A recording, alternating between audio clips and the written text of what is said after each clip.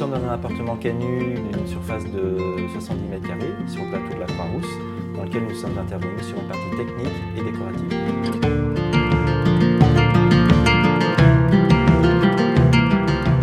C'est un appartement Canu, qui est construit sur une structure de murs en pierre dorée, avec des grandes poutres porteuses sur lesquelles sont construits les solives de façon orthogonale, donc quelque chose de très structuré.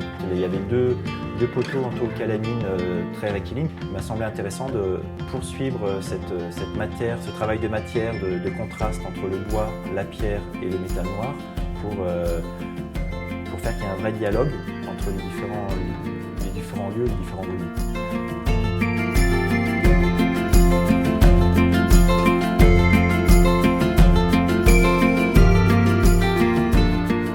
L'escalier était existant, il ne disposait pas de garde-corps et donc pour des raisons de sécurité, effectivement, il semblait intéressant de redessiner un garde-corps, mais qu'il ne soit pas un garde-corps standard. Et donc le travail de la courbe et contre-courbe où la main courante et le garde-corps en lui-même sont des lignes, des dessins différents, permet de créer une sinuosité, une fluidité.